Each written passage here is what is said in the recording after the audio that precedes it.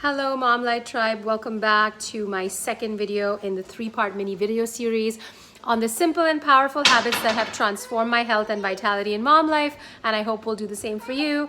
I am babysitting my toddler while I make this video, so this is mom life in real life.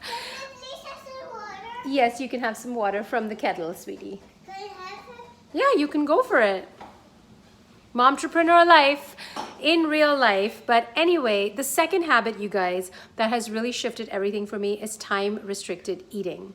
So it turns out that if you take animals in a lab setting and if you give them the standard American diet, which is high fat, high sugar, high refined carbohydrates, these animals will eat around the clock and they will quickly get very overweight and very sick.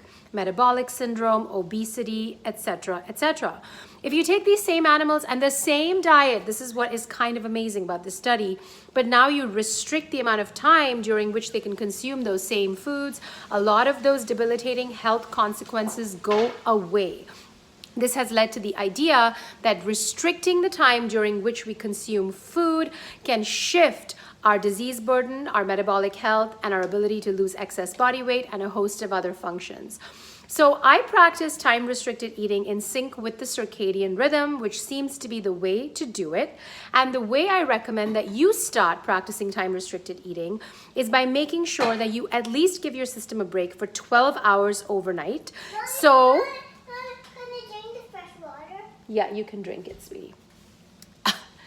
That you at least give your system a break overnight, where if you finish dinner, say by 8 p.m., you don't break your overnight fast, if you will, so you don't have break fast, until 8 a.m. at the minimum. That's a 12-hour overnight fast, if you will, but I really like to just think of it as normal life, not a fast, just a break on the system, on the digestive tract to repair, digest, and do a lot of important functions that can't be done while food is moving through the GI tract. Now, that's a really easy way to start practicing time-restricted eating. Then what you can do is shorten your eating window even a little bit more. So instead of eating for 12 hours a day, you can eat for 10 hours a day. And you can even push it to 8 hours a day. Though I would argue that that is quite hard to sustain. And what I find happens with a lot of people who try to do 16-8 every single day is that they end up eating too much of their food in the later part of the day, which is out of sync with the circadian rhythm and may have effects in terms of insulin sensitivity and long-term predisposition to type 2 diabetes and whatnot. So if you are going to do really aggressive time-restricted eating where you only eat for 8 hours a day every single day, I would recommend that you front load your calories and eat most of your food in the earlier part of the day.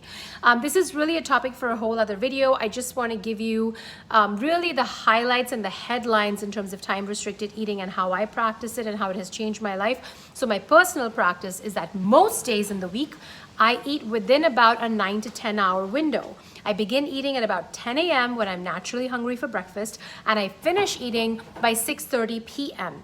This is really, really helpful because eating late in the evening is not good for you for a host of reasons. So if you're going to try time-restricted eating, I would suggest giving yourself that minimum 12-hour overnight fast and finishing dinner 3 hours before you go to bed. You're going to see huge shifts in energy levels, sleep, mood, weight loss, digestion, and on. And I will be creating a lot more content in terms of fasting, which is really an extension of time-restricted eating, and more around the science of all this really fascinating lifestyle intervention that has changed my life. Try it, and I'll see you in the next video. And I'm back to mom life.